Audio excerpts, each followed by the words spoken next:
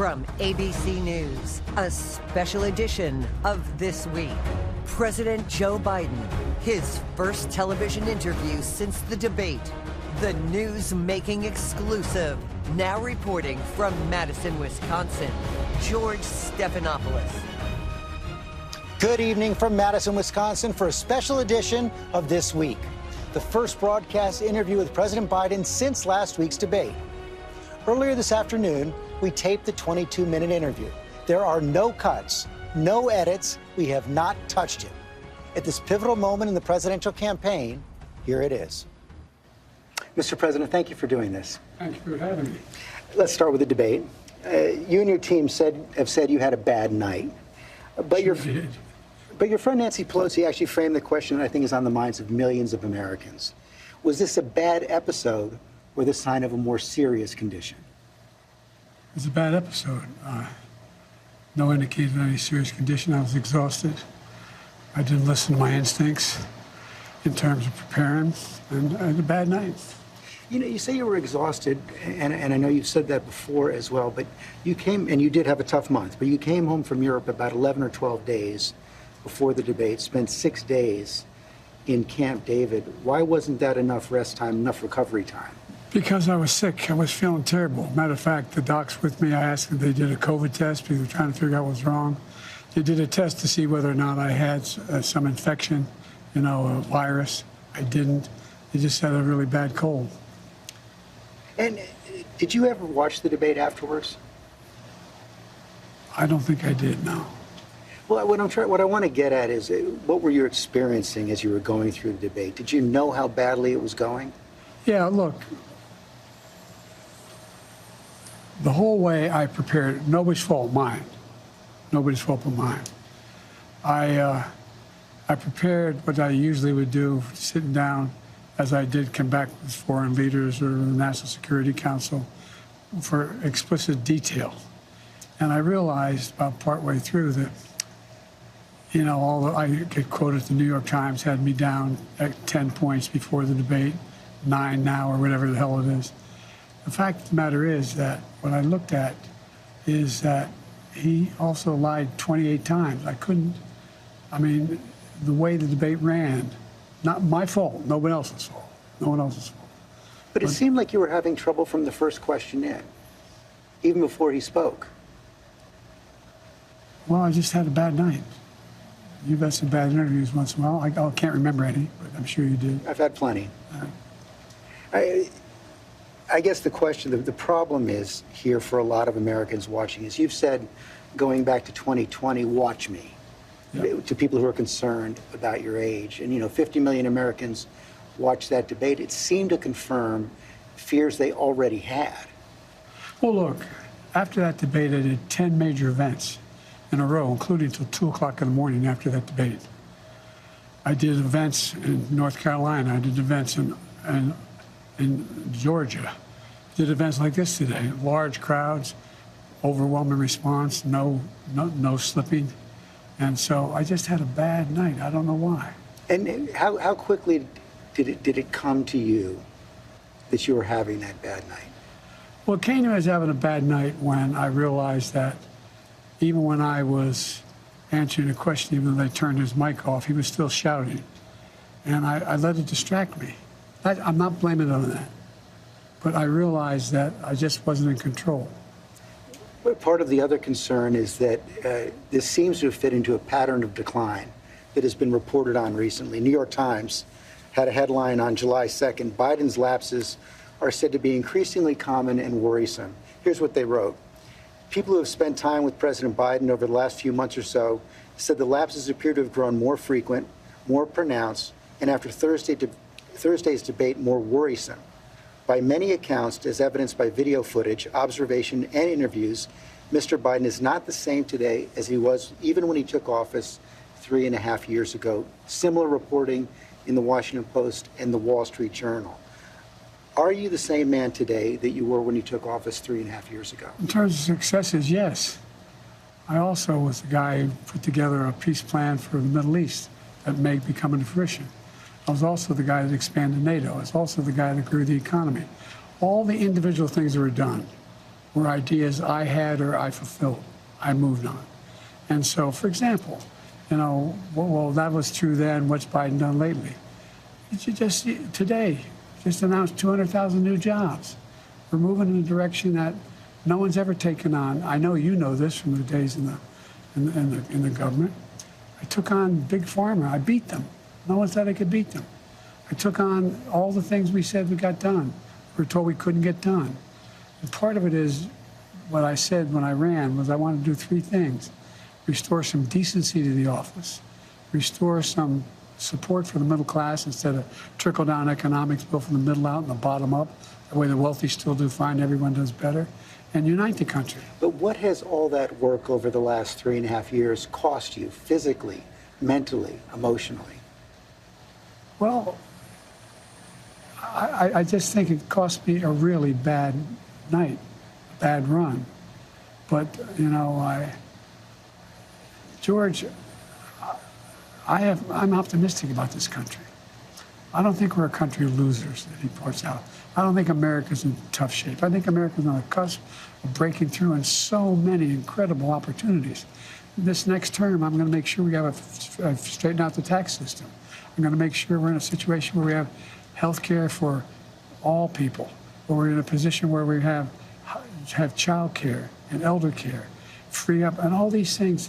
The one thing I'm proudest of is, remember when my economic plan was put forward, a lot of the mainstream economists said it's not going to work. Well, guess what? You now have 16 Nobel laureates, 16 of them in economics, saying that Biden's next term would be, based on what he wants to do, enormous success. Trump's plan would cause a recession, would significantly increase inflation. I've made great progress, and that's what I plan on doing, and we can do this. I understand that, and I'm not disputing that. What I'm asking you is about your personal situation. Do you dispute that there have been more lapses, especially in the last several months? Can I run the 110 flat? No, but I'm still in good shape. Are you more frail? No. I know you Come spoke. keep my schedule. I know you spoke with your doctor after the debate. What did he say? He said, he just looked at me and said, "You're exhausted." I said, "Look, I have medical doctors travel me everywhere. Every president does, as you know. Medical doctors, some of the best in the world, travel me everywhere I go. I have an ongoing assessment of what I'm doing. They don't hesitate to tell me if they think there's something wrong." I know you said you have an ongoing assessment. Have you had a full neurological and cognitive evaluation? I get a full neurological test every day with me. And I've had a full physical. I had, I've been at Walter Reed for my physicals. Yes, the answer is. I know your doctor said he consulted with a neurologist. I guess I'm asking a slightly different question. Have you had the specific cognitive tests, and have you had a neurologist, a specialist, do an examination? No, no one said I had to. No one said, they said I'm good. Would you be willing to undergo an independent medical evaluation that included neurological and cognitive tests and release the results to the American people? Look, I have a cognitive test every single day. Every day I have that test. Everything I do. Not only am I campaigning, but I'm running the world. And that's not how it sounds like hyperbole. But we are the essential nation in the world. Madeleine Albright was right. And every single day, for example, today, before I come out here, I'm on the phone with the Prime Minister of, anyway, I shouldn't get into detail, but with Netanyahu. I'm on the phone with the new Prime Minister of England. I'm working on what we're doing with regard to, in Europe, with regard to expansion of NATO and whether it's going to stick. I'm taking on Putin. Every day, there's no day I go through there are not those decisions I have to make every single day. And you have been doing that, and the American people have been watching, yet their concerns about your age and your health are growing. So that's why I'm asking, to reassure them, would you be willing to have the independent medical evaluation? Watch me there's a lot of time left in this campaign. It's over 125 days. So I'll make a decision. The right answer right now is no, you don't want to do that right now. No, I've already done it. You talked a lot about your successes at the beginning of this interview, and I don't want to dispute that. I don't want to debate that. But as you know, elections are about the future, not the past. They're about tomorrow, not yesterday. And the question on so many people's minds right now is, can you serve effectively for the next 4 years? George, I'm the guy that put NATO together, the future. No one thought I could expand it. I'm the guy that shut Putin down. No one thought could happen. I'm the guy that put together the South Pacific Initiative with AUKUS. I'm the guy that got 50 nations, out, not only in Europe, outside of Europe as well, to help Ukraine. I'm the guy that got Japanese to expand their budget. So, I mean, and for example, when I decided we used to have 40% of the computer chip in it, we invented the chip, that little chip for the computer chip. It's in everything from cell phone to weapons. And so we used to have 40%, and we're down to virtually nothing. So I get in the plane against the advice of everybody, and I fly to South Korea. I convinced them to invest in the United States billions of dollars. Now we have tens of billions of dollars being invested in the United States, making us back in a position where we're going to own that industry again. We have, I mean, I just, anyway, I don't want to take too much credit. I have a great staff. But I guess my point is, all that takes a toll. Do you have the mental and physical capacity to do it for another 4 years? I believe so. I wouldn't be running if I didn't think I did. Look, I'm running again because I think I understand best what has to be done to take this nation to a completely new level. We're on our way. We're on our way.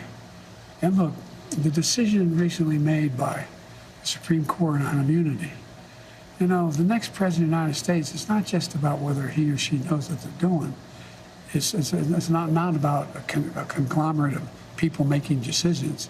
It's about the character of the president.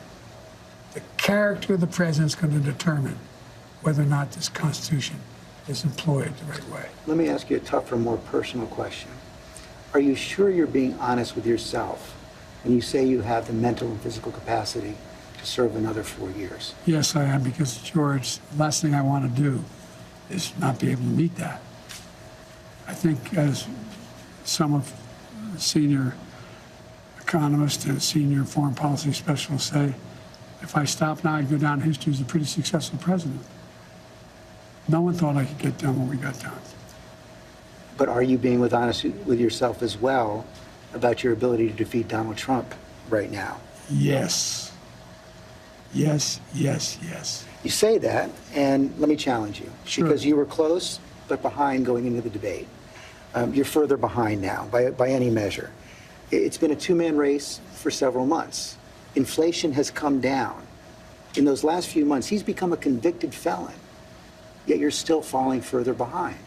You guys keep saying that. George, look, you know polling better than anybody. Do you think polling data is accurate as it used to be? I don't think so, but I think when you look at all of the polling data right now, it shows that he's certainly ahead in the popular vote, probably even more ahead in the battleground states. And one of the other key factors there is it shows that in many of the battleground states, the Democrats who are running for Senate and the House are doing better than you are. Well, that's not unusual in some states.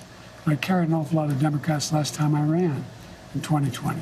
Look, I remember them telling me the same thing in 2020. I can't win. The polls show I can't win.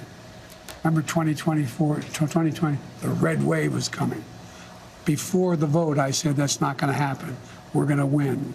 We did better in an off year than almost any incumbent president ever has done. They said in 2023, all the tough races, we're not going to win. I went into all those areas, all those districts, and we won. All that is true, but 2020 was a close race. And your approval rating has dropped significantly since then. I think the last poll I saw was at about 36%. The number of Americans who think you're too old to serve has doubled since 2020. Wouldn't a clear-eyed political calculus tell you that it's going to be much tougher to win in 2024? Not when you're running against a pathological liar. Not when he hadn't been challenged in a way that he's about to be challenged. Not when people... You've had months to challenge him. Oh, I sure had months, but I was also doing a hell of a lot of other things, like wars around the world, like keeping NATO together, like working... Anyway. But look... Do you really believe you're not behind right now? I think it's all the pollsters I talk to tell me it's a toss-up. It's a toss-up.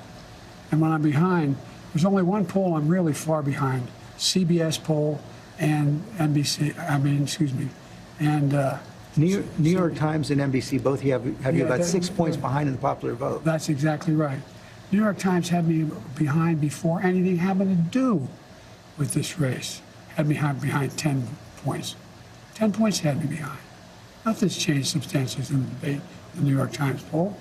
Just when you look at the reality, though, Mr. President, I mean, you won the popular vote in 2020, but it was still deadly close in the Electoral By College. 7 million votes. Yes, but you're behind now in the popular vote. I don't buy that. Is it worth the risk?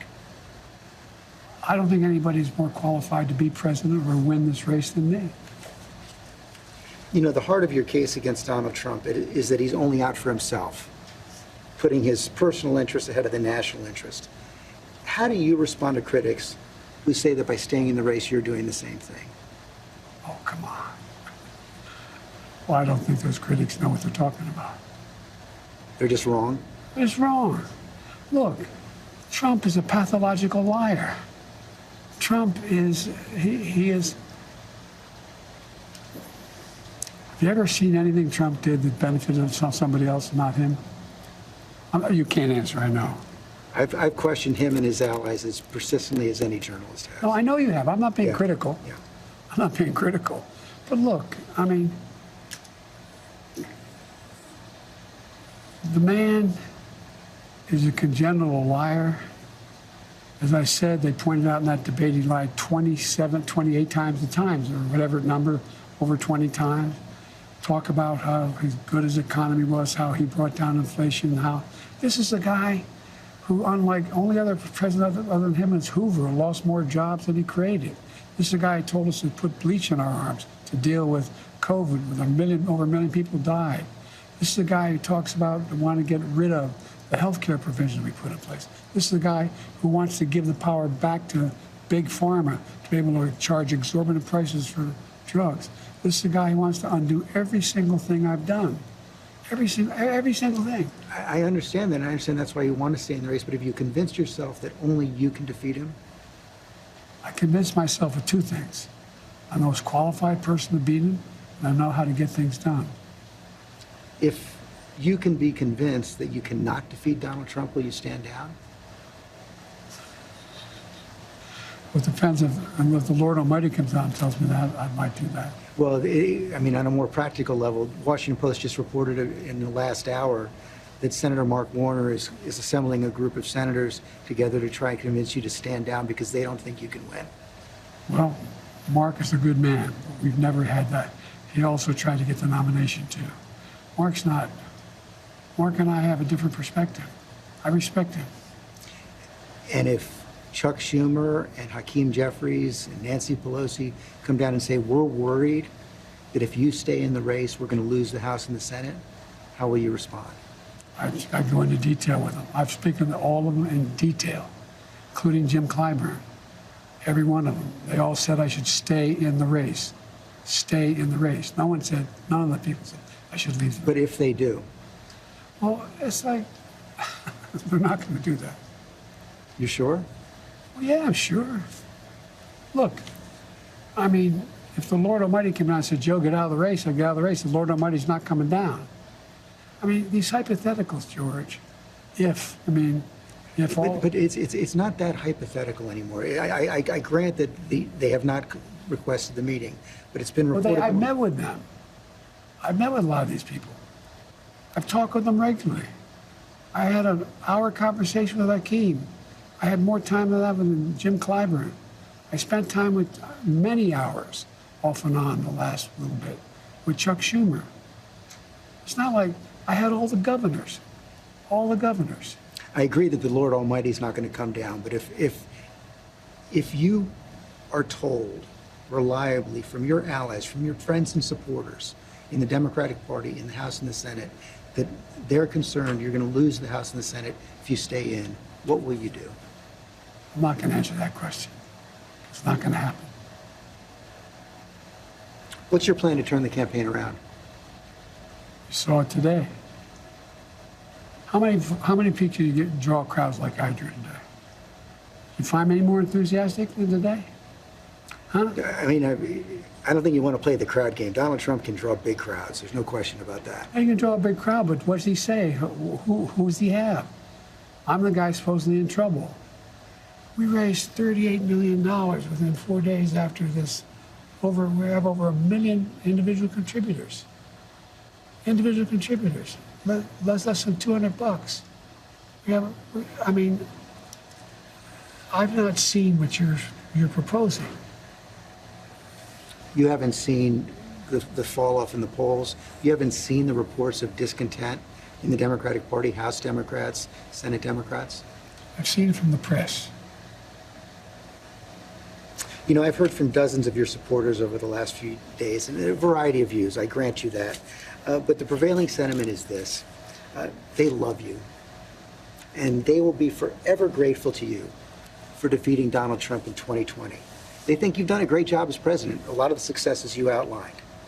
But they are worried about you and the country, and they don't think you can win. They want you to go with grace, and they will cheer you if you do. What do you say to them? I say the vast majority are not where those folks are. I don't doubt there's some folks there. Have you ever seen a group at time when elected officials running for office aren't a little worried? Have you ever seen that? I've not. Same thing happened in 2020. Oh, Biden, I don't know, man. What's he going to do? He may bring me down. He may. Mr. President, I've never seen a president at 36% approval get reelected. Well, I don't believe that's my approval rate. That's not what our polls show. And if you stay in and Trump is elected and everything you're warning about comes to pass, how will you feel in January? I feel as long as I gave it my all and I did the goodest job as I know I can do. That's what this is about. Look, George, think of it this way. You've heard me say this before. I think the United States and the world is at an inflection point where the things that happen in the next several years are going to determine what the next 6, 7 decades look like. And who's going to be able to hold NATO together like me? Who's going to be able to be in a position where I'm able to keep the Pacific Basin in a position where we're at least checkmating China now? Who's going to do that? Who has that reach? Who knows all these? We're going to have, I guess, a good way to judge me is you're going to have now the NATO conference here in the United States next week. Come listen. See what they say. Mr. President, thanks for your time. Thank you. ABC News also offered a one-on-one interview to Donald Trump after the debate. He declined. Let's bring in our political team for what they're hearing. Let me start out with our chief Washington correspondent, John Carl. And John, you watched the interview. You've been talking to people all across Washington. What are you hearing? Well, George, look, Biden looked better and certainly more coherent than he looked during the debate. But there was nothing in this interview that is calming nerves of jittery Democrats who fear that Joe Biden is on a trajectory to lose this race, to lose to Donald Trump. In fact, for some of those people, the interview is raising new concerns, particularly the fact that he is unwilling or unaware of the fact that he is in a dire situation here regarding the campaign, that he is losing in the view of many Democrats. And frankly, in the polls, you cited that he is losing to Donald Trump. And there was one question that you asked where his answer is particularly, I believe, alarming to some of those Democrats. You asked him how he will feel in January if he has lost to Donald Trump and all that he has warned would happen came to pass. And this was his answer. He said, I'll feel as long as I gave it my all and did the best job I know I can do, that's what this is about. One prominent ally of the president simply responded to me, wow, when I asked about that question. So the bottom line here, there was nothing in this interview that will force Joe Biden out of the race. There was no, major thing that will convince him or any of his allies. I believe they have to go. But there's also nothing in this interview that will calm the nerves of Democrats who are saying it is time for him to get out. Martha Raddatz, the president is talking to a lot of people, but he appears to be listening to a very tight circle. A very tight circle, and administration officials I have spoken to said that very tight inner circle is telling them he can win, that he needs to keep going. This, of course, includes his wife, Jill, who they said is lashing out at those who want him to get out of the race. This was a Joe Biden pumped up on his inner circle, telling him that again and again. They think he will have many opportunities, but those not in the inner circle say this will also expose him to a great deal of risk. And George, I've talked to a few people too, and texting with a few people as well on the Hill. They say it was better than they expected, wasn't as bad as they expected, but that's a pretty low bar, George. And Mary Bruce, what are you hearing from the White House? George, the White House tonight reacting in one word, strong. Look, you heard the president there, and his team strongly do believe that this is all being overblown, that Joe Biden has been underestimated and written off before, only to come back strong and win. They believe if he can continue to do interviews like this, if he can continue to get out in front of the American people, that this too shall pass. But the president there truly didn't seem to grasp the severity of this moment, the magnitude of that growing chorus of concern from Democrats. He dismissed the trends that we are seeing in the polls. But what we are hearing from Democrats isn't concern about one bad night. They are concerned that Joe Biden doesn't have what it takes not only to continue governing, but that he has what it takes to win.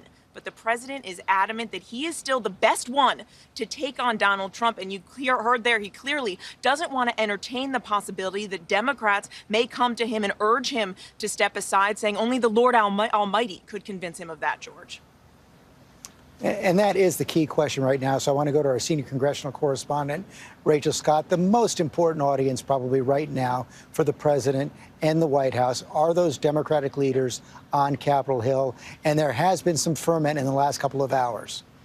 Exactly, George. And they were watching tonight, I can tell you that. In fact, just minutes before your interview aired, you had a fourth Democratic lawmaker come forward in the House and call on the president to step aside. That was Congressman Mike Quigley of Illinois. I have talked to a number of Democrats that were glued in watching this interview. One Democratic senator telling me that the president is clear-eyed about the demands of the presidency, the urgency of the moment, and the importance of defeating Donald Trump. But others say that they still have concerns, that the dam hasn't broken tonight, but the bleeding has not stopped either. Another Democrat telling me better, but not sure that it's enough, that they need more than one interview, more than 22 minutes to prove that the president has the stamina to continue in this race and defeat Donald Trump. A different Democrat putting it to me this way, George, there's no question that Biden must win the election, but he will not be in a position to stop a movement. And tonight, George, that movement against him is growing. Well, and that's what I want to get into with John Carl in a little more detail. John, we talked about Mark Warner, senator from Virginia, a battleground state. The Democrats have won the past few elections, but appears to be more in play right now. He's circulating that letter. Yeah, and I've spoken to colleagues of Senator Warner's who have spoken to him about this. It's a serious effort. Senator Warner's concerns, he has real concerns about whether or not Biden can beat Donald Trump. He thinks he's come to a pivotal moment for the party and for the nation. And his concerns are not alone. Frankly, a lot of other Democrats have been unwilling to speak publicly because they want Biden to come to this on his own, and they're concerned that coming out and speaking publicly will only backfire. But it is a widespread belief among Democrats. And Rachel Scott, Hakeem Jeffries, the Democratic leader in the House, has now called House Democrats for a Zoom meeting on Sunday. And this will be coming right before Democrats head back to Capitol Hill. That is going to be pivotal. I'm told that the Democratic leader has been measured in his approach, really trying to calm the nerves and give the president the space to make this decision. But he is getting quite an earful from House Democrats who have concerns about if the president can defeat Donald Trump this November, George. Mary Bruce, you had that one-word response from the White House, the campaign weighing in now as well? Oh, George, the campaign understandably is eager to turn this back to Donald Trump and back to the issues. Look, their thinking on all of this is that this shouldn't be about, performance, that this is about the issues and the substance. They want, as the president tried to do there in your interview, they want to hammer what the president has accomplished, what he could do going forward, and are obviously very eager to make sure to highlight what is at stake here. The challenge is that so much of that has now been overshadowed by these questions about the president's age, and that is what Democrats are deeply concerned about, that the messaging here is being lost in the way it is being delivered. The question is whether or not the president's interview tonight, whether or not his appearances that we have seen in the last few days and will see in the days to come, whether that is going to be enough to quell any of this concern and get Democrats back on track. The fact that all of us face Martha Raddatz, none of us can stop the clock. No, no one can stop the clock. And this is about age. That's exactly what that's about. And this will dominate this campaign. Aging is not like a broken bone. It doesn't get better. So there is an opportunity every time he goes out, every time Joe Biden goes out, that he will show his age. I mean, he said he is not more frail. You ask him, you told him, you say, watch me. Everyone is watching, and believe me, they are going to be watching even more closely as we go forward, George. Thanks to all of you. Thanks to President Biden for his time today. We'll be back in just 30 seconds. One-on-one with President Biden. Here again, George Stephanopoulos. And our coverage continues on ABC News Live and abcnews.com. There'll be more on your late local news on Nightline and Good Morning America. And of course, we're going to have the interview again on Sunday on This Week, along with more analysis from our roundtable. Have a good night.